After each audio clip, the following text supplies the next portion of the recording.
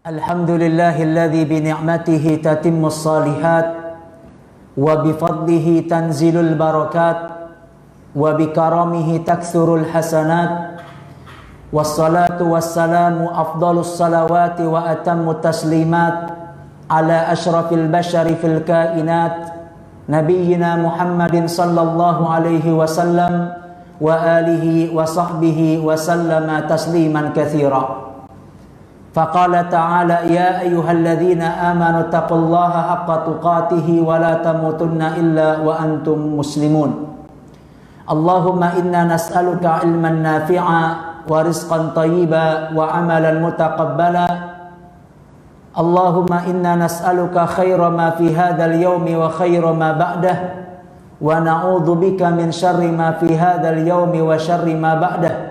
Allahumma bika asbahna wa bika amsayna wa bika nahya wa bika namutu wa ilaikan nusyur.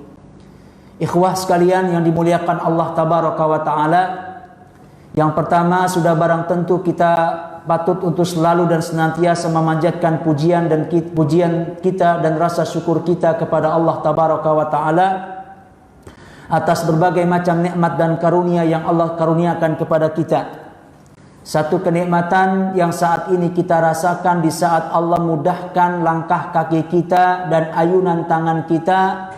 Allah gerakkan hati kita dan tubuh kita sehingga dengannya kita bisa sampai di tempat ini menjalankan salat subuh secara berjamaah.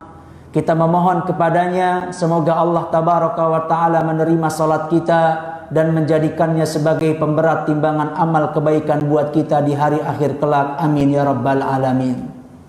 Baik, seperti yang tadi disampaikan oleh Ustadz Kusmayadi dan juga mungkin sudah dipublish oleh pihak DKM Masjid, bahwa di hari ini, di Ahad pekan kedua, setelah kita melaksanakan sholat subuh, kita duduk sejenak sampai dengan nanti jam 6 insyaallah untuk kita menuntut ilmu syar'i, mendengarkan ayat-ayat Allah yang dibacakan dan juga hadis-hadis Nabi sallallahu alaihi wasallam yang disampaikan.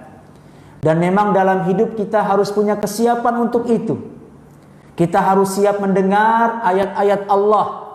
Kita harus siap untuk memahaminya dan kemudian juga harus punya kesiapan untuk bisa mengamalkannya. Telinga kita harus siap mendengar, hati kita harus siap untuk memahami dan menghayati, badan kita juga harus siap untuk mengamalkan. Sebab ketika ini tidak kita miliki, telinga, hati, dan badan tidak punya kepedulian untuk mendengar dan menghayati serta mengamalkan wasiat-wasiat Allah, peringatan-peringatan Allah, ayat-ayat Allah di dalam Al-Quran, maka ada kalanya orang yang seperti ini terancam.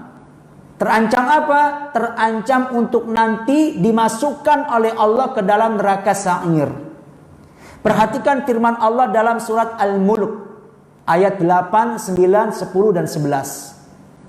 Ya, surat pertama dari juz yang ke berapa? 29. Ya, di pertengahan ayat ke-8 Allah mengatakan kullama ulqiya fiha faujun. Setiap kali dilemparkan kepada neraka tersebut faujun, sekelompok manusia. Jadi akan ada sekelompok manusia yang nanti akan ulqiya, dilemparkan oleh Allah ke dalam neraka sa'ir. Ya. Kullama ulqiya fiha faujun sa'alahum khazanatuha, lalu ditanya oleh para penjaganya. Karena penjaga itu neraka itu punya para penjaganya, punya para sipir-sipirnya. Ya, sehingga tidak ada satupun orang yang masuk ke dalam neraka untuk bisa meloloskan diri. Ya, sebagaimana di penjara dunia ada sipir, di neraka juga ada sipirnya. Cuman sipir-sipir yang ada di dunia, ya mungkin ya seseorang bisa saja berlepas diri dari pengawasannya. Ada saatnya mereka lengah, ada saatnya mereka lalai. Tapi tidak demikian dengan para sipir yang ada di neraka. Mereka punya para penjaga. Dan Allah mengatakan giladun syidad dalam surat At-Tahrim. Ya, penjaga-penjaganya itu adalah yang bengis dan kejam, keras perangainya, menghentak jika bicara dan begitu seterusnya. Alam ya'tikum nadhir, belum sampaikah kepada kalian nadhir, sang pemberi peringatan? Kenapa kalian bisa sampai ke tempat ini? Emangnya nggak ada yang ngasih tahu bahwa kalian tidak boleh melakukan amalan ini dan amalan itu? Kalian harus melakukan amal baik ini, amal baik itu. Nggak ada yang ngasih tahu kalian, sehingga kalian harus seperti ini, dilemparkan oleh Allah ke dalam neraka sa'ir. Ditanyakan itu oleh para malaikat. Ya. Lalu apa jawaban mereka? Sudah barang tentu mereka nggak bisa mengelak. Mereka akan mengatakan wa qalu bala qad ja'ana nadhir. Sungguh telah datang kepada kami peringatan itu. Sudah ada yang menyampaikan. Fakadzabna, namun kami dustakan. Wa qalu ma nazzalallahu min syai', dan mereka mengatakan wa qulna ma nazzalallahu min syai', dan kami katakan bahwa Allah tidak mengirimkan dan tidak menurunkan apapun kepada kami. Jadi Quran itu ada, hadis itu ada, tapi tidak dianggap sama sekali, seakan-akan tidak ada. Telinga ini gak siap untuk mendengar peringatan tersebut. Hati gak siap untuk memahaminya. Badan gak siap untuk mengamalkannya. Sehingga keberadaan ayat-ayat Allah, hadis-hadis Rasulullah gak dipandang sama sekali. Dan orang seperti ini nanti akan menyesal. Maka di ayat berikutnya keluar dari mulut mereka kalimat-kalimat penyesalan. Apa itu? Wa qalu law kunna nasma'u aw naqilu. Mereka mengatakan wa qalu law kunna nasma'. Duhai seandainya dulu waktu di dunia kami dengar peringatan itu. Ya. Wa naqilu, dan kami pahami, kami renungkan dan kami amalkan. Ma kunna fi ashabis sa'ir, niscaya kami tidak termasuk para penghuni neraka sa'ir. Jadi ayat ini kerap kali kita baca dan perlu kita pahami, itu adalah kalimat penyesalan. Kalimat itu adalah penggalan kalimat penyesalan yang nanti akan terucap oleh para penghuni neraka sa'ir. Apa yang mereka sesali? Yang mereka sesali kenapa dulu waktu hidup di dunia gak punya kemauan untuk mendengarkan peringatan Allah, wasiat-wasiat Allah, ayat-ayat Allah. Gak ada keinginan untuk memahaminya, ingin mencari tahu. Apa sih makna dari firman Allah di ayat ini? Gak ada keinginan. Baik lewat kajian, lewat khutbah-khutbah Jumat gak mau dia hadiri, ataupun lewat sekedar membaca terjemahan-terjemahan Al-Quran. Cuek saja, dianggap gak ada sama sekali. Mereka menyesal seperti itu. Fa'tarafu bidzambihim, mereka pun menyesali, mengakui dosa-dosa mereka. Fasuhqal li ashabis sa'ir, namun sayangnya rahmat Allah sangat jauh untuk para penghuni neraka sa'ir. Jadi sekali lagi, di kesempatan ini kita akan mendengar wasiat-wasiat Allah tabaraka wa ta'ala. Semoga dengan itu kita terhindarkan dari ancaman api neraka sa'ir yang menyala-nyala. Sudah barang tentu banyak sekali wasiat-wasiat Allah di dalam Al-Quran, dan di kesempatan ini kita hanya mengambil bagian kecil saja, yaitu wasiat yang Allah sebutkan di dalam surat Al-Isra ayat 23. Yang boleh kita katakan wasiat yang ada di ayat ini adalah wasiat untuk mentauhidkan Allah. Garis besarnya seperti itu. Kenapa demikian? Karena memang tauhid ini merupakan sesuatu yang paling dinomorsatukan dalam syariat agama kita. Diprioritaskan dibandingkan syariat-syariat Allah yang lainnya. Tanpa mengecilkan peran sholat, tanpa mengecilkan peran puasa, tanpa mengecilkan peran zakat, haji, umroh, akhlak mulia dan lain sebagainya, tanpa mengecilkan itu semuanya. Tapi sudah barang tentu tauhid lebih utama. Tauhid harus nantiasa kita unggulkan, kita nomor satukan dan kita prioritaskan. Dan dalam sejarah terbukti seperti itu.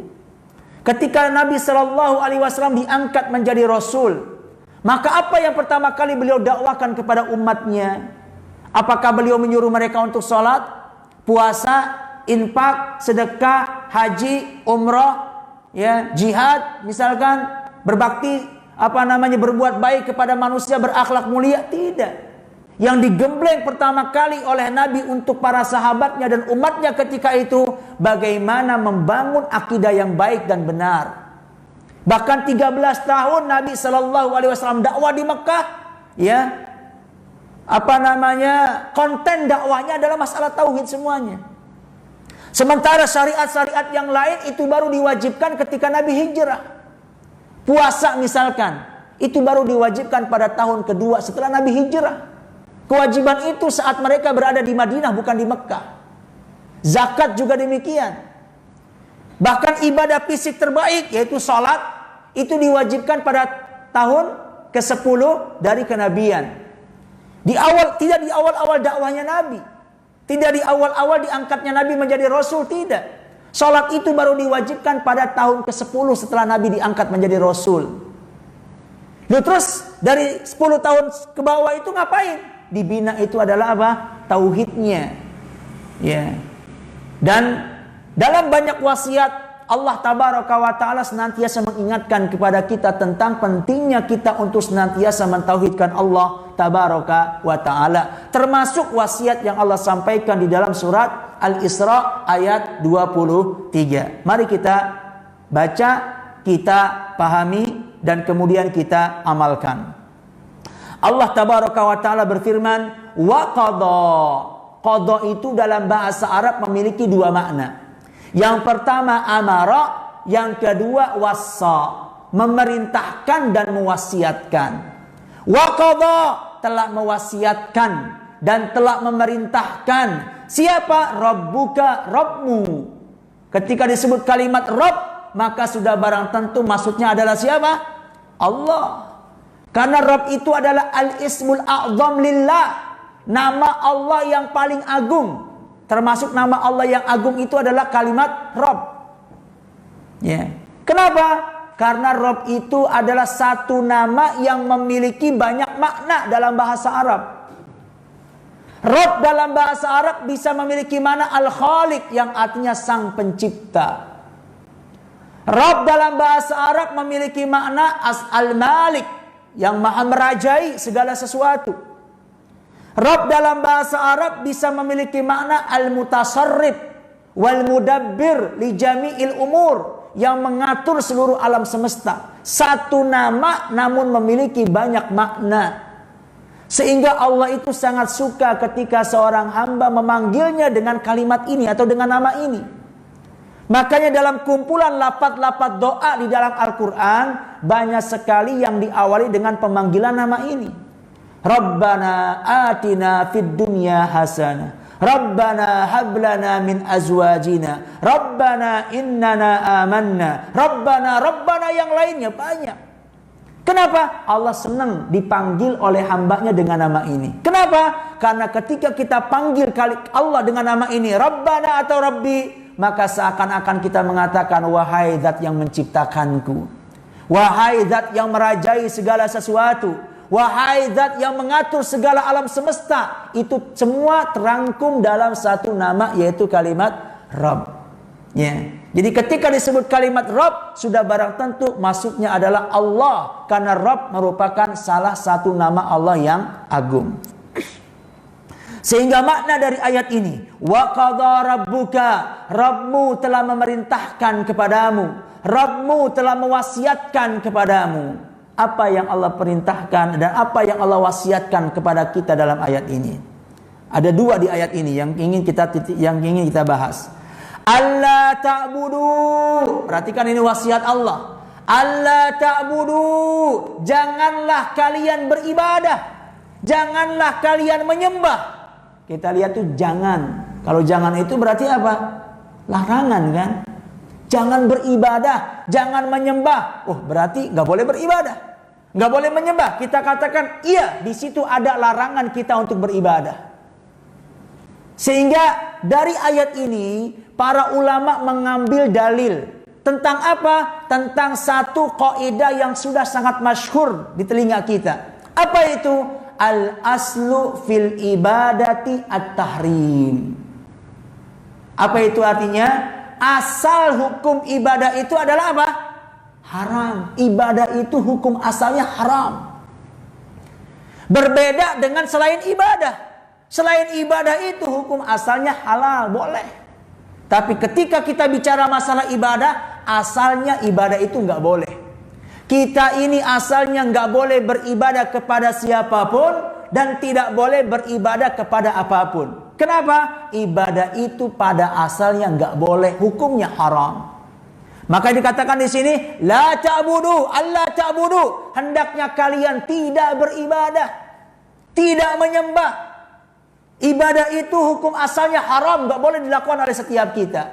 Illa iyyah, kecuali ibadah itu dilakukan hanya untuk Allah. Ibadah itu hukumnya asalnya haram, kecuali ketika ibadah itu kita laksanakan untuk Allah, baru menjadi ibadah yang bernilai pahala. Maka ketika ibadah dilakukan untuk selain Allah, maka dia dosa. Doa itu ibadah. Namun ketika doa ini kita panjatkan kepada selain Allah, kita tujukan kepada selain Allah, kita tujukan kepada penghuni kubur, kepada penghuni gedung-gedung angker misalkan, atau penguasa laut selatan dan selainnya misalkan, doa kita tujukan ke sana, maka ini ibadah yang hukumnya haram. Kenapa? Dilakukan bukan untuk Allah. Ibadah baru akan bernilai pahala kalau dilakukan untuk Allah tabaraka wa ta'ala. Makanya ikhwatiddin a'azaniyallah wa iyyakum, rumus ibadah itu ada 3. Ya. Yang pertama harus lillah. Yang kedua harus fillah. Dan yang ketiga harus billah. Lillah, fillah, billah. Apa maksudnya Ustaz? Saya terangkan. Yang pertama lillah. Lillah itu artinya untuk Allah atau karena Allah. Pastikan setiap ibadah-ibadah yang kita lakukan adalah ibadah-ibadah karena Allah. Ibadah ini untuk Allah. Itu harus wajib. Ketika satu ibadah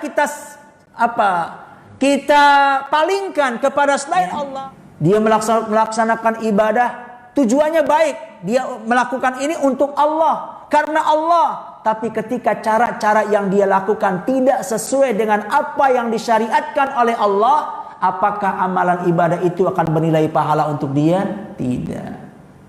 Ya, Allah nggak butuh ibadah seseorang yang dilakukan menyeleweng, menyimpang dari syariat dan ajaran yang telah diajarkan. Ya, yang seperti ini tidak diterima oleh Allah. Ya. Man amila amalan laisa alaihi amruna fahuwa raddun. Barang siapa yang melakukan satu amalan laisa alaihi amruna, yang tidak ada perkaranya dari kami, yang tidak ada syariatnya dari kami, fahuwa raddun, maka amalan itu akan tertolak. Allah nggak butuh amalan-amalan yang dilakukan jauh dari petunjuk Allah, jauh dari syariat Allah. Maka pastikan dari ibadah-ibadah yang kita lakukan, baik ibadah yang sifatnya harian, pekanan, bulanan, tahunan, ya, hendaknya kita ukur, ya, kita baca lagi, kita sesuaikan lagi, adakah syariat dari ibadah tersebut, adakah syariatnya, adakah dalilnya. Jika ada, maka lanjutkan, insya Allah akan berpahala buat kita. Tapi kalau ternyata ada ibadah yang kita rutinkan, yang ternyata tidak ada dalilnya, tidak ada syariatnya, maka hendaknya ibadah itu kita hentikan dan tidak kita terus lakukan. Kenapa Pak? Kenapa? Karena ketika terus dipaksakan, maka kita tidak akan mendapatkan apapun dari ibadah tersebut kecuali hanya dosa dan dosa. Nah, jadi pastikan ibadah itu harus sesuai dengan syariat Allah. Karena ibadah itu acuannya bukan selera kita, bukan selera si fulan, bukan sesuai dengan keinginan kita, mood kita, atau tidak juga acuannya sedikit atau banyaknya dilakukan oleh orang. Tidak, banyaknya orang yang melakukan itu bukan acuan kebenaran. Selera kita juga bukan acuan kebenaran. Seleranya si fulan dan si alan juga bukan acuan kebenaran. Acuan kebenaran itu adalah dalil. Adakah dalil yang menunjukkan tentang amalan tersebut? Nah, dan yang ketiga adalah apa? Billah. Ba di sini maksudnya adalah babul isti'anah. Maksudnya dalam beribadah ini kita butuh bantuan Allah. Kita butuh pertolongan Allah. Kita nggak akan mungkin bisa beribadah dengan baik dan benar kecuali pertolongan Allah. Karena itu ibadah dan isti'anah dua hal yang nggak bisa terlepaskan. Terbukti di dalam surat Al-Fatihah kita senantiasa mengatakan apa? Iyyaka na'budu wa iyyaka nasta'in. Ya, hanya kepadamu kami menyembah dan hanya kepadamu kami minta pertolongan dan bantuan. Syekh Muhammad bin Shalih Al-Utsaimin mengatakan dalam tafsir beliau, disandingkan, digandengkan ibadah dengan isti'anah, ini menjadi isyarat untuk kita bahwa sesungguhnya kita nggak akan bisa beribadah kecuali dengan isti'anah, memohon bantuan dan pertolongan dari Allah Tabaraka wa Ta'ala. Ya. Jadi sekedar badan yang sehat itu bukan modal utama kita bisa beribadah. Badan yang sehat, fisik yang kuat itu bukan modal utama kita bisa beribadah kepada Allah.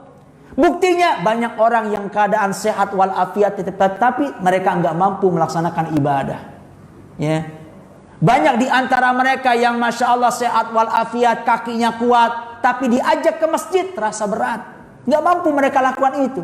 Bukan karena mereka sakit, bukan karena kakinya nggak bisa bergerak, kuat kakinya, sehat badannya, tapi kenapa nggak ke masjid? Belum mendapatkan pertolongan dari Allah. Tapi ketika kakinya ini diajak untuk jalan-jalan, masya Allah semangatnya luar biasa. Ya, ketika kakinya ini diajak untuk naik gunung, Bromo pun mampu dia taklukkan. Kaki ini sudah menjelajah ke berbagai macam belahan dunia. Ya, sudah dipijakkan kaki itu. Semangat kalau untuk diajak jalan-jalan, tapi kalau ke masjid berat. Ya. Menunjukkan apa? Bahwa kesehatan bukan modal utama untuk kita bisa beribadah kepada Allah. Kita bisa beribadah kepada Allah dengan taufik dan bantuan darinya. Maka terus kita minta ini.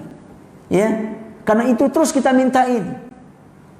Jangankan orang sekelas kita, ikhwah. Orang sekelas sahabat saja diwasiatkan oleh Nabi untuk jangan lupa minta bantuan kepada Allah. Kita ambil contoh misalkan sahabat Mu'adz bin Jabal. Ya. Satu saat Nabi memegang pundak Mu'adz.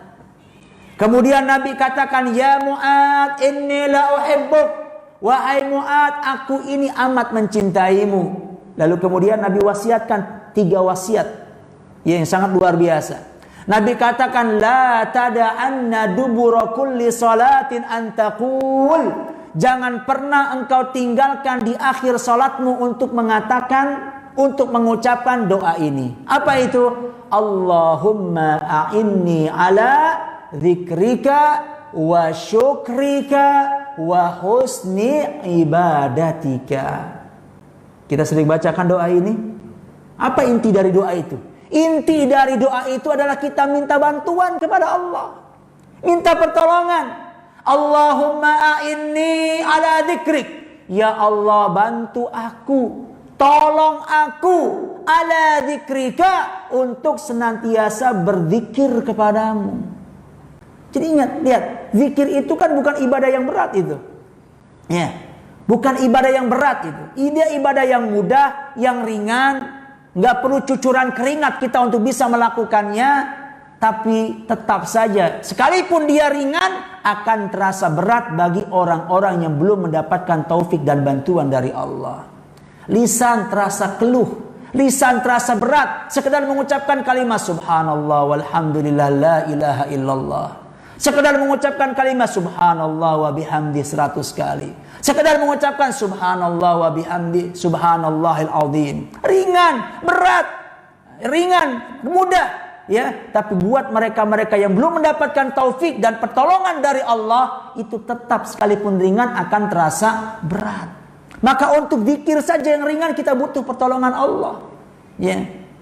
Kalau untuk ngomong ngalor ngidul, cerita sana sini, masya Allah, berjam-jam lisan itu kuat. Ya. Tapi sekedar zikir, ya, pagi dan petang misalkan habis zuhur, habis sholat misalkan, berat terasa. Ini menunjukkan apa? Untuk melakukan amalan yang ringan saja kita butuh pertolongan Allah. Ya Allah, bantu aku untuk senantiasa berzikir kepadamu.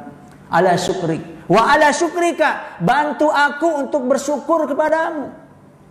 Ya, bersyukur ini pun butuh bantuan. Karena esensi syukur itu bukan senang ketika dapat nikmat. Kalau ini sih semua orang bisa. Bukan sekedar mengucapkan alhamdulillah ketika dapat nikmat. Kalau ini gampang.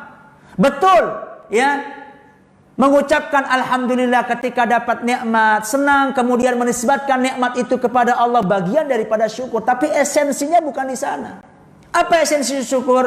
Yaitu isti'anatu biha ala mardatillah. Bagaimana kita bisa memanfaatkan pemberian Allah untuk kita bisa menggapai keridhaan Allah. Dan ini yang berat. Dapat rezeki, punya kendaraan, bagaimana kendaraan itu bisa mengantarkan kita untuk menggapai ridho Allah, mengantarkan kita untuk melakukan satu aktivitas yang bernilai pahala, mengantarkan kita kepada tempat-tempat yang baik. Ya, kan berat. Orang itu biasanya dapat rezeki, dapat uang, dia gunakan uang itu untuk bermaksiat kepada sang pemberi nikmat. Dia punya kendaraan, tapi kendaraan itu memfasilitasi dia untuk sampai ke tempat-tempat yang buruk, yang dengan itu dia durhaka kepada sang pemberi nikmat. Yang banyak seperti itu. Jarang orang yang mendapatkan nikmat, kemudian menggunakan nikmat itu untuk mendekatkan diri dia kepada Allah. Dia gunakan sebagai sarana dia beribadah kepada Allah. Itu esensi syukur yang sebenarnya, dan itu berat. Karena itu hamba-hamba Allah yang bersyukur banyak atau sedikit? Sedikit. Allah katakan wa qalilun min ibadiyasy syakur. Sangat sedikit hamba-hambaku itu yang bersyukur. Karena memang berat menggunakan pemberian Allah untuk sarana dalam beribadah kepadanya. Ya. Yang paling banyak dilakukan oleh kebanyakan manusia, dia bermaksiat kepada Allah dengan pemberian dari Allah. Allah beri padanya kenikmatan, dia gunakan nikmat pemberian Allah untuk bermaksiat kepada sang pemberi nikmat. Maka ini butuh pertolongan Allah kita bisa melakukannya. Kemudian ini yang ketiganya, wa husni ibadatika, kita minta pertolongan kepada Allah untuk bisa beribadah kepadanya dengan baik dan benar. Bukan cuma sekedar banyak. Mungkin kalau cuma targetnya banyak ibadah gampang, tapi yang diinginkan dalam agama itu bukan kuantitas ya. Tapi yang diinginkan itu adalah bagaimana kita bisa mengamalkan satu amalan yang baik, satu amalan yang benar, satu amalan yang berkualitas. Dahulukan kualitas, baru kemudian kita bicara kuantitas. Sekedar kita bicara kuantitas tanpa kemudian menyampingkan kualitas, ada kalanya yang kuantitas banyak itu nggak bermanfaat. Karena yang dituntut oleh kita untuk bagaimana kita menghadirkan amalan yang baik. Makanya yang diminta oleh Nabi adalah wa husni, bukan wa kasrati amal, tapi husnil ibadah. Bagaimana kita bisa beribadah kepada Allah dengan baik dan benar. Dan itu pula yang diinginkan oleh Allah. Perhatikan surat Tabarok ayat 2. Ya, Allah mengatakan, alladzi khalaqal mauta, dialah Allah yang menciptakan maut, kematian, wal hayata, dan juga kehidupan. Untuk apa? Liyabluwakum. Allah ciptakan kehidupan untuk menguji kalian. Ayyukum, siapa di antara kalian ahsanu amala, yang paling ahsan, yang paling bagus amalnya. Perhatikan, Allah tidak katakan siapa di antara kalian yang paling banyak amalnya, enggak. Tapi Allah katakan siapa di antara kalian yang paling ahsan, paling baik, paling bagus amalnya. Menunjukkan yang diminta oleh Allah kepada kita adalah amalan yang baik, amalan yang berkualitas. Bukan sekedar banyaknya saja. Ya. Dan amalan baik dan berkualitas ini yang akan Allah jaga pahalanya. Surat Al-Kahfi Allah mengatakan, innallaha la yudhi'u ajra man ahsana amala. Sesungguhnya Allah tidak akan menyia-nyiakan orang-orang yang baik amalnya. Untuk orang yang beramal dengan amalan yang baik, bagus, berkualitas, Allah jaga pahalanya. Tapi kalau cuma orang yang penting banyak, menyampaikan, mau ada dalilnya atau enggak, disyariatkan atau enggak, masa bodoh, yang penting saya bisa beramal, beribadah dengan amalan yang banyak. Itu enggak benar. Yang akan Allah jaga amalan berkualitas, bukan cuma amalan-amalan yang banyak. Karena betapa banyak orang yang beramal amalan yang banyak, dengan menyampingkan sisi kuantitas, maka orang yang seperti ini ada kalanya dia tidak diterima amalnya dan akan menjadi orang yang rugi. Beramal tapi rugi. Ada ustadz? Ada. Ya. Seharusnya kan orang beramal itu dia beruntung. Dia akan mendapatkan pahala dari Allah, mendapatkan kebaikan dari amal tersebut, dunia dan akhirat. Kemudian dengan sebab amal tersebut Allah masukkan dia ke dalam sorga. Harusnya dengan amal dia beruntung. Tapi ada sebagian orang dia beramal malah rugi.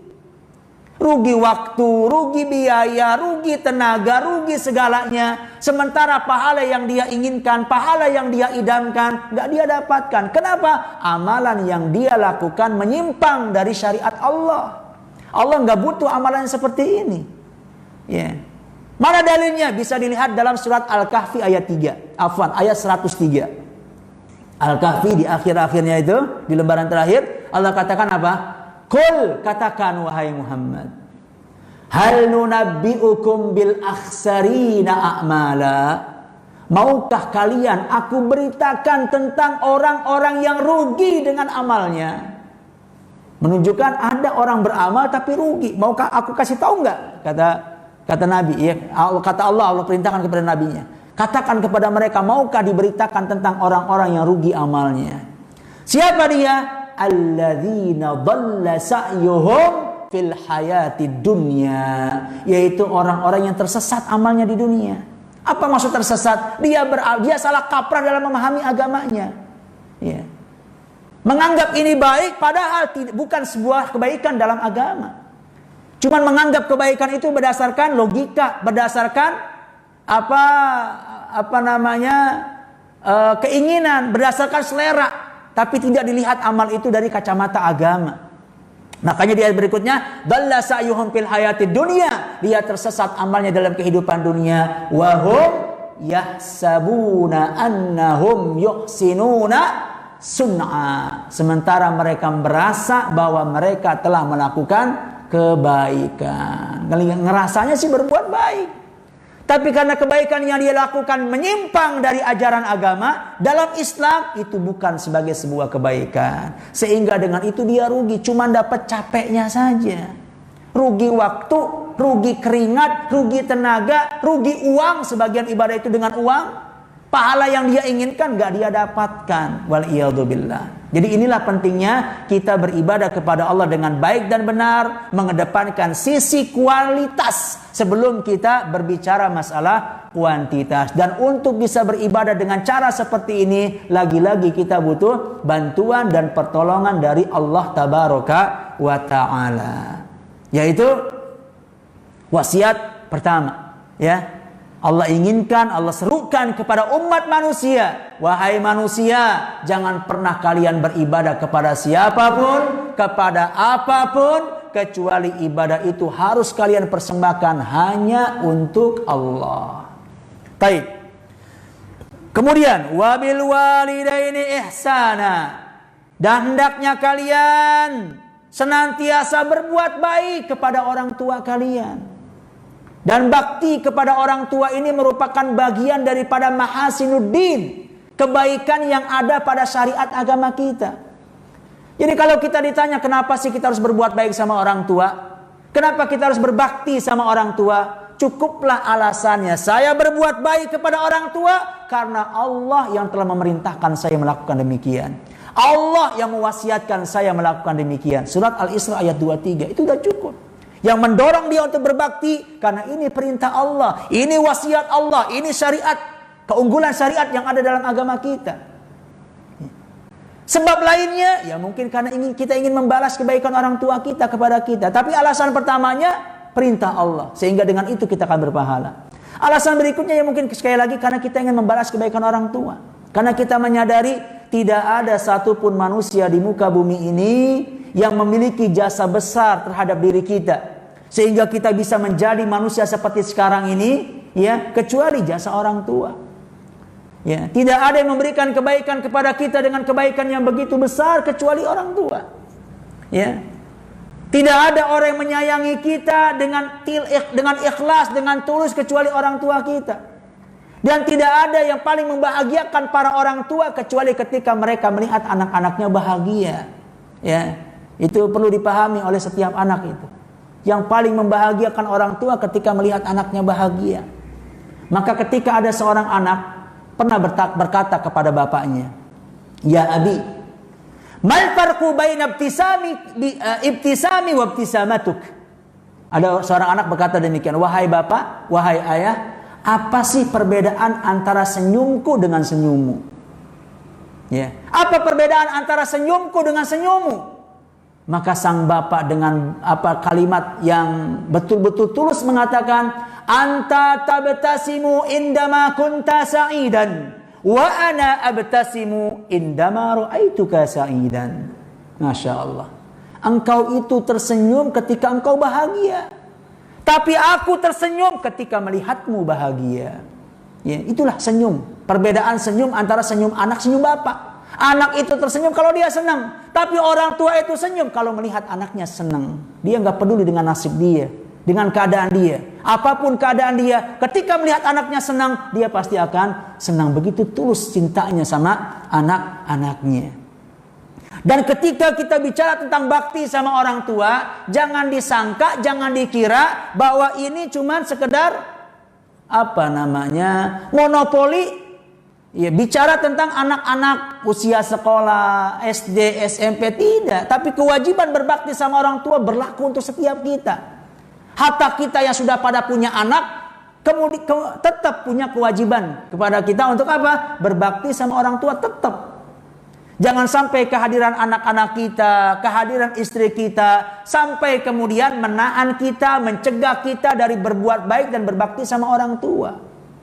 Dan insya Allah bakti kita kepada orang tua kita akan memudahkan kita untuk bisa mendapatkan anak-anak yang saleh dan anak-anak yang berbakti. Karena dalam Islam itu ada al-jaza'u min jinsil amal. Apa itu? Balasan akan sesuai dengan amal perbuatan. Jika kita bakti sama orang tua kita, maka kita punya anak, insya Allah Allah mudahkan mereka untuk bakti sama kita. Tapi ingat, di saat kita nggak peduli sama orang tua kita, di saat kita durhaka sama mereka, nanti satu saat kita punya anak yang tidak menutup kemungkinan dia akan durhaka kepada kita, sebagaimana kita menonjolkan kedurhakaan kita sama orang tua kita. Ya, jadi jangan mimpi kita punya anak-anak yang saleh, yang baik, yang berbakti sama kita, sementara kita nggak berbakti sama orang tua. Karena kesolehan orang tua itu sangat mempengaruhi kesolehan anak. Ya, Bapak mungkin pernah baca surat Al-Kahfi itu. Ya, ketika Allah Subhanahu Wa Taala menjaga harta dua anak yatim. Ya, cerita tentang Musa dan siapa? Khidir. Ada satu bangunan. Ya, mereka mengunjungi satu tempat bertamu tapi ditolak. Ya, di kampung tersebut ada bangunan mau roboh. Ya, kemudian didirikan oleh Khidir. Ya, Musa mengatakan, kampung sini orangnya pelit, nggak mau menerima kita. Ada bangunannya yang rubuh, harusnya udah rubuhkan aja. Kenapa harus kamu dirikan, tegakkan lagi? Ya. Kemudian Musa mengatakan, wa kana abuhuma salihah, karena ayah dari dua orang ini, di bangunan ini ada harta anak yatim, dua anak yatim. Dan dulu ayah mereka itu adalah orang-orang saleh, dan Allah ingin menjaga hartanya. Jadi ini menunjukkan apa? Ketika seorang ayah saleh, bapak saleh, nanti Allah akan menjaga anak-anak kita setelah kematian kita. Allah akan jaga harta mereka, Allah akan jaga jiwa mereka, dan yang terpenting Allah akan jaga tauhid dan agama mereka. Ya, jadi jangan dikira kesolehan kita ini akan berdampak baik buat kita juga. Jadi tidak. Insya Allah kebaikan yang kita lakukan kepada orang tua kita itu akan mewarnai kesolehan yang ada pada anak-anak kita. Ya. Nah, jadi terus berbakti sama orang tua. Wabil khusus ketika orang tua dalam keadaan rentak, dalam keadaan sakit. Itulah saatnya seorang anak diuji menjadi anak yang berbakti atau tidak. Kalau cuma berbuat baik kepada bapak dan ibu di saat mereka masih sehat, masih kuat, di saat mereka masih segar bugar, di saat mereka masih dalam usia-usia produktif, berbuat baik sama mereka gampang. Apalagi dengan itu kita mendapatkan kebaikan. Ya. Ujian sesungguhnya adalah di saat kita dapatkan orang tua kita dalam keadaan rentak, dalam keadaan sakit, tidak berdaya. Itu saatnya mereka butuh pelayanan kita. Itu saatnya mereka butuh sama bakti kita. Itu saatnya ujian Allah untuk kita, termasuk hamba Allah yang berbakti atau tidak. Ya, seperti itu. Ya. Dan berbuat baik dengan apa? Ya, dengan segala hal. Dengan ucapan kita, dengan perbuatan kita, dengan harta kita, dengan waktu kita. Apa yang membuat orang tua bahagia, maka kita berikan. Ya, sudah barang tentu asalkan sesuai dengan koridor yang ada di dalam aturan agama. Hatta ketika orang tua telah meninggal dunia misalkan. Apakah bakti seorang anak terputus? Tidak, tetap berbakti. Cuman tentu saja caranya beda. Ketika orang tua meninggal dunia, sudah barang tentu nggak bisa kita belikan martabak kemudian kita datang ke kuburnya, nggak bisa. Ya, atau apa nih kesukaan bapak kita nih, ya. Pesmol misalkan, masak besar, kemudian datang kuburnya kita persembahkan nih Pak makan, nggak bisa seperti itu. Saat mereka hidup silakan, ya masakan kesukaan bapak, kesukaan ibu misalkan ketika kita punya waktu untuk menziarahi mereka. Tapi ketika mereka wafat, maka sudah barang tentu bakti yang paling diinginkan oleh orang tua adalah doa dan istighfar seorang anak. Ya. Terus kita doakan orang tua kita. Itu bakti kita di saat orang tua kita meninggal dunia. Terus kita mohonkan ampunan kepada Allah untuk mereka. Dan tahukah kita kebaikan yang Allah berikan kepada para orang tua dengan istighfar anak? Luar biasa.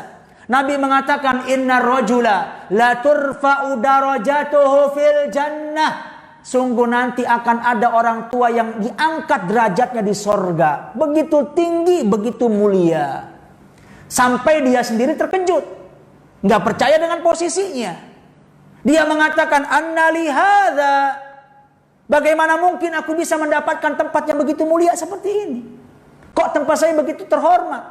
Kedudukan saya begitu tinggi. Heran dia, terkejut dia. Nggak percaya dia dengan kedudukannya. Mungkin dia merasa dulu waktu di dunia ibadahnya biasa-biasa saja. Tapi kok tempatnya begitu tinggi, mulia, terhormat. Faqila lahu, maka dikatakan kepadanya, bistighfari waladika lak. Itu disebabkan karena istighfar yang senantiasa dipanjatkan dan dibacakan anakmu untuk kebaikanmu. Masya Allah.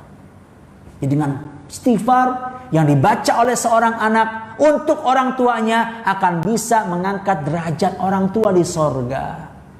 Ya, akan seperti itu. Ya. Kemudian dengan cara kita banyak beramal saleh.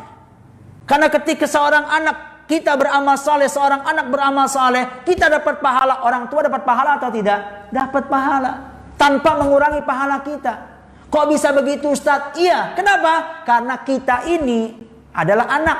Dan anak itu adalah hasil usaha orang tua. Ketika Nabi berfirman tentang firman Allah dalam surat An-Najm, Allah mengatakan, wa allaysa lil insani illa ma sa'a. Manusia itu tidak mendapatkan pahala kecuali dari apa yang telah dia usahakan. Kemudian Nabi mengatakan, al waladu min kasbi abi. Anak itu merupakan hasil usaha orang tua. Sehingga kebaikan apapun yang dilakukan oleh seorang anak, orang tua berhak untuk mendapatkan pahala yang semisal tanpa mengurangi pahala dia sedikit pun. Jadi begitu cara bakti kita. Selain kita mendoakan orang tua kita, selain kita istighfar untuk kebaikan orang tua kita, kita harus memperbanyak ibadah. Karena ibadah yang kita lakukan berpahala buat kita dan insya Allah berpahala untuk orang tua kita. Karena kita ini adalah usaha orang tua. Kita bisa seperti ini tidak kita nafikan berkat peran besar orang tua kita. Ya, kita baca Quran. Mungkin kita bisa baca Quran bukan langsung dari orang tua kita. Kita baca Quran bukan dari bapak kita, bukan dari ibu kita. Tapi lewat guru-guru kita, lewat ustadz-ustadz kita. Tapi ingatkah kita siapa yang mendorong kita untuk pergi ke langgar, ke masjid saat itu sehingga kita bisa belajar? Ya, yang capek ngoprok-ngoprok, itu orang tua. Ayo nak pergi ke masjid. Di saat kita mulai capek, mulai malas dibangkitkan semangat lagi. Kadang juga dengan hukuman-hukuman yang mendidik, yang dengan itu akhirnya kita datang, kita belajar. Ya, kenikmatannya baru kita rasakan sekarang. Walaupun langsung ataupun tidak langsung, dirasakan ataupun tidak dirasakan, ya peran orang tua sangat besar. Sekalipun mereka tidak berperan secara langsung. Sehingga wajar kalau Nabi memberikan keutamaan kepada orang tua. Ketika anaknya saleh, dia akan mendapatkan pahala sebagaimana pahala si anak tersebut. Ya, sekarang mari kita ambil beberapa faedah yang ada dalam ayat ini. Ya, sampai jam 6 tadi kata Ustaz Kusmayadi. Saya minta waktu 5 menit saja. Yang pertama, anna tauhid huwa awwalu ma amara Allah bihi minal wajibat wa awwalul huquqil wajibati 'alal 'abdi. Poin pertama yang bisa kita ambil dari ayat ini, bahwa tauhid merupakan perintah pertama yang Allah wajibkan kepada umat manusia. Kewajiban pertama yang paling wajib dilakukan oleh umat manusia, bagaimana dia mentauhidkan Allah. Sebab kewajiban-kewajiban lain, salat, puasa, zakat, menjadi tidak berarti di saat apa? Di saat tauhid kita bermasalah. Ada orang misalkan sholatnya Masya Allah rajin, puasanya rajin, haji umrohnya rajin, infak sedekahnya rajin. Tapi ternyata dia punya cacat dalam masalah tauhid. Dia tidak mengesahkan Allah dalam ibadah, tapi dia duakan Allah. Dia berbuat syirik kepada Allah. Doanya terkadang kepada Allah, terkadang juga kepada penghuni kubur misalkan. Di saat yang lain sholatnya rajin, puasanya rajin. Apakah puasa ini akan bermanfaat buat dia? Enggak bermanfaat sama sekali. Sedekah dia yang mungkin jutaan, ratusan, miliaran bahkan enggak memiliki manfaat. Kenapa? Karena dia punya cacat tauhid. Karena di antara kerusakan tauhid itu adalah apa? Sisi negatifnya, dia akan melululantahkan dan menggugurkan kebaikan yang dilakukan oleh seorang manusia. Nabi mengatakan, la in asyrakta la yahbatanna amaluk. Jika engkau berbuat syirik, maka akan hanguslah semua amalmu. Enggak manfaat salatmu, puasamu, zakatmu, infakmu, sedekahmu, haji dan umrahmu di saat engkau menduakan Allah dalam hal ibadah. Karena ini kewajiban pertama yang harus kita perhatikan. Nah, wa huwa awwalul huquq al-wajibah, dan merupakan hak pertama yang juga harus kita tunaikan. Selain hak-hak yang lain, kita ini Masya Allah banyak sekali hak yang wajib kita tunaikan. Banyak sekali kewajiban yang ada di pundak kita.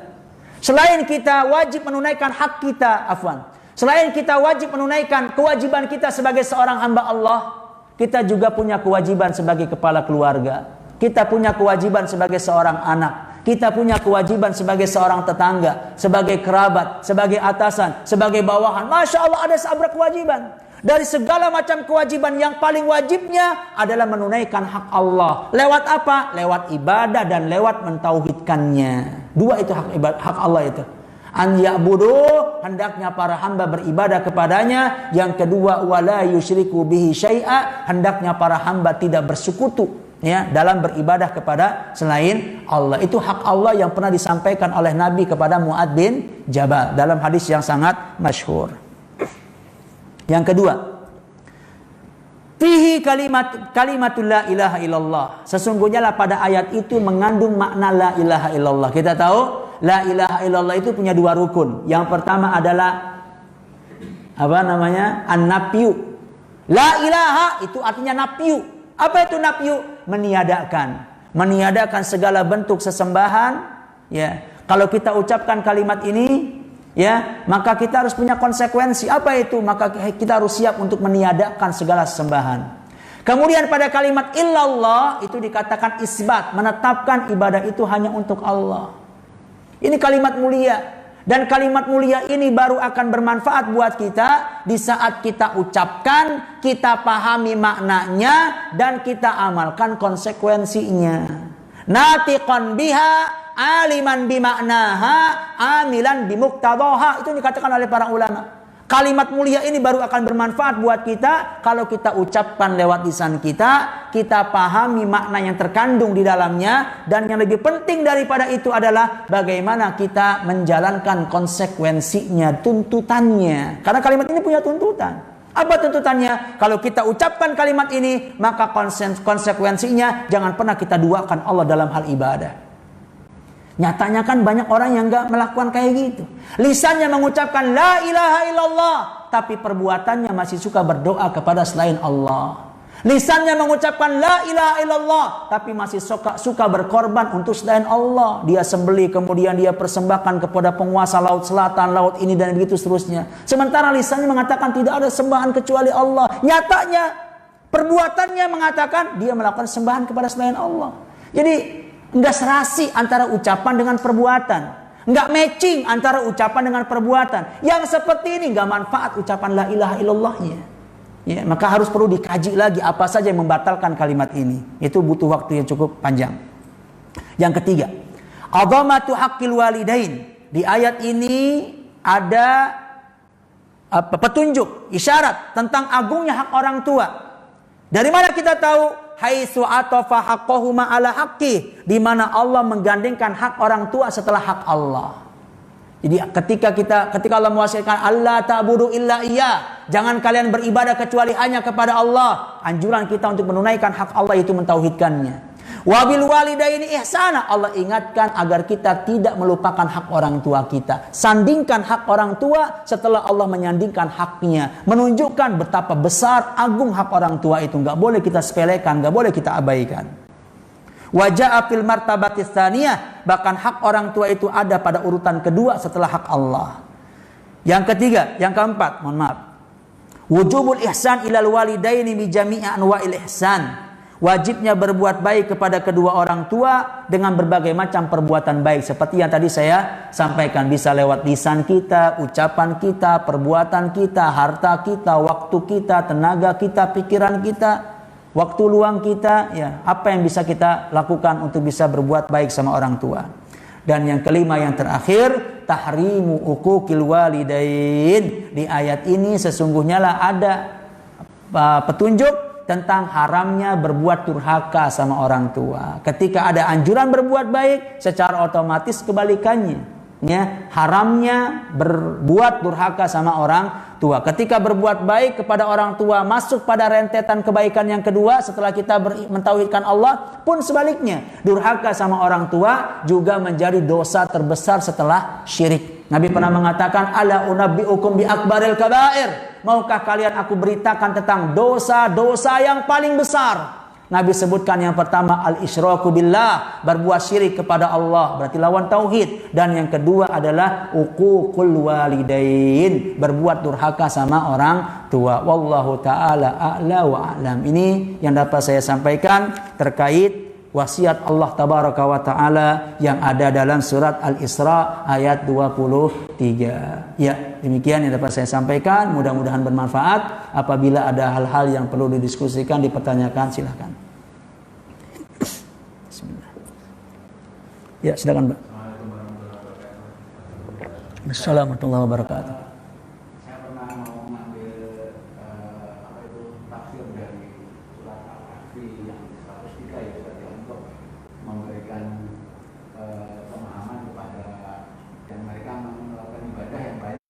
Iya, iya.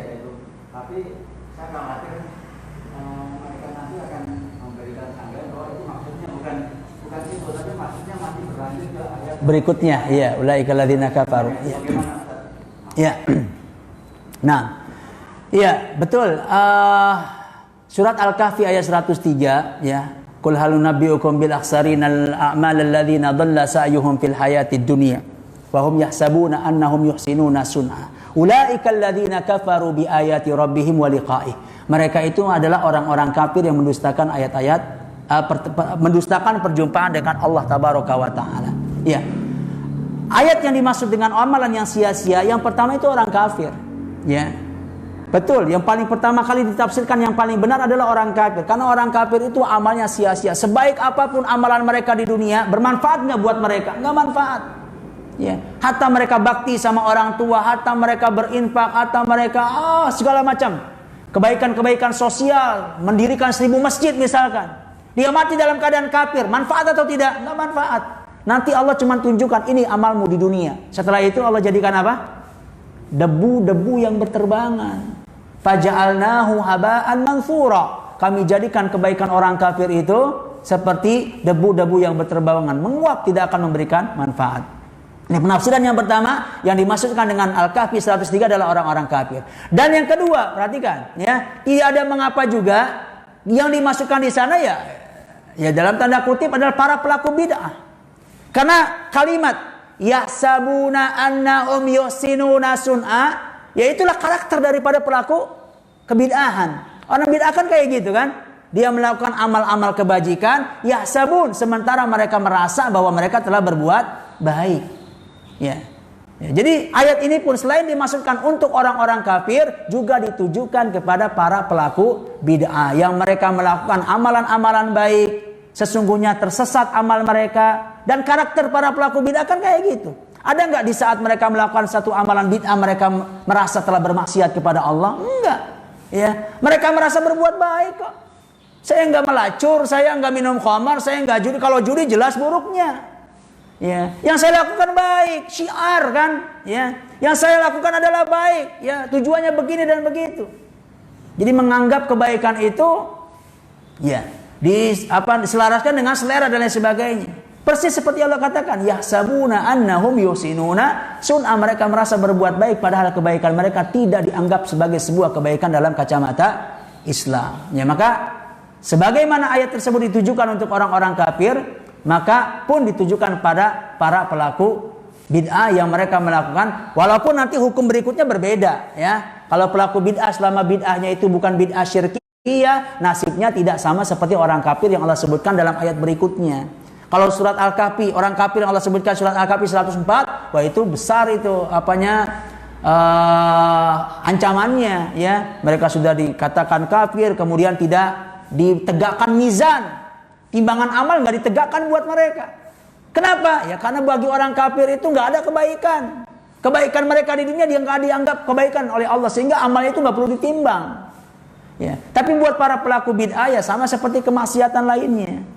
Ya, tetap bagi mereka ada kebaikan saat mereka berbuat baik, tapi amal yang dilakukan kebid'ahan itu jelas tidak dianggap sebagai sebuah amal kebaikan, sehingga dengan itu mizan masih diberlakukan kepada mereka. Ya, tapi yang jelas Al-Kahfi 103 ya itu tidak salah ketika ini juga dimaksudkan adalah mereka-mereka karena karakternya itu sama. Ya, karakternya itu sama, tidak seperti para ahli maksiat yang dia merasa sedang bermaksiat sehingga mudah untuk taubat, tapi para pelaku bid'ah karena merasa berbuat baik biasanya sulit bagi mereka untuk kembali dan menyadari. Wallahu taala a'lam bissawab. Nah, ya satu lagi kalau memang ada, silakan Pak. Tadi Ustaz menjelaskan masalah istighfar Anak mengangkat derajat. Ya. Penjelasannya gimana itu Ustaz? Kira-kira istighfar seperti apa yang Iya. Sebenarnya doa yang terkandung di dalam Al-Quran, Rabbil firli wali walidayya, istighfar itu kan secara bahasa apa sih? Memintakan ampun. Bukan buat dia, tapi untuk orang tuanya. Ya. Jadi ketika disebut kalimat istighfar artinya minta ampun. Dia mintakan ampunan kepada Allah untuk orang tuanya. Konteksnya ya bisa dengan bahasa kita, ya senantiasa kita meminta kepada Allah, ya Allah berilah ampunanmu untuk orang tuaku, ya terimalah amalnya, ampuni dosa. Karena yang namanya manusia itu nggak luput dari dosa, siapapun itu, ya siapapun nggak akan bisa lepas dari dosa dan kemaksiatan, ya karena termasuk orang-orang tua kita. Ya apalagi mungkin orang-orang tua kita yang Masya Allah dakwah tauhid belum sampai kepada mereka, yang tidak menutup kemungkinan praktek-praktek kesyirikan dilakukan oleh mereka. Dan kita amat berharap mereka melakukan kesyirikan itu karena kejahilan. Dan dengan itu masih ada pintu uzur. Karena dakwah tauhid tidak merebak seperti sekarang ini yang kita tahu mana tauhid, mana syirik, mana sunnah, mana bid'ah. Orang tua kita nggak tahu itu semua. Ya banyak para orang tua kita yang masih melakukan praktek-praktek yang ternyata setelah kita belajar, oh Masya Allah ternyata ini yang pernah dilakukan oleh orang tua saya masuk dalam bab kesyirikan dalam kitab tauhid misalkan. Ya, kita berharap ampunan yang besar dari Allah. Mereka melakukan itu betul-betul karena kejahilan, karena belum sampainya ilmu kepada mereka. Termasuk dosa-dosa yang lain, entah dengan bahasa kita minta ampunan, atau dengan sering-sering membaca doa untuk orang tua yang masyhur itu kan. Rabbil firli wali walidayya warhamhuma kama rabbayani saghira. Ketika kita baca doa ini untuk mereka, itu sesungguhnya lah istighfar kita untuk orang tua kita. Sering-sering kita baca itu karena itu merupakan bagian daripada doa istighfar, ya. Atau dengan bahasa kita minta ampunan dan lain sebagainya. Wallahu a'lam bissawab. Nah, cukup? Ya. Baik, ada lagi? Tidak ada ya. Baik, kalau memang tidak ada lagi pertanyaan, kita cukupkan kajian kita sampai di sini. Mudah-mudahan apa yang telah disampaikan bisa menjadi ilmu bermanfaat buat saya dan buat ikhwas sekalian. Dan kita memohon kepada Allah Tabaraka wa Ta'ala untuk diberikan kemudahan melakukan amalan-amalan yang Allah cintai dan Allah ridhai, dan juga mengamalkan ilmu yang sudah ada pada kita. Subhanakallahumma wa bihamdika asyhadu an la ilaha illa anta astaghfiruka wa atubu ilaik. Wassalamualaikum warahmatullahi wabarakatuh.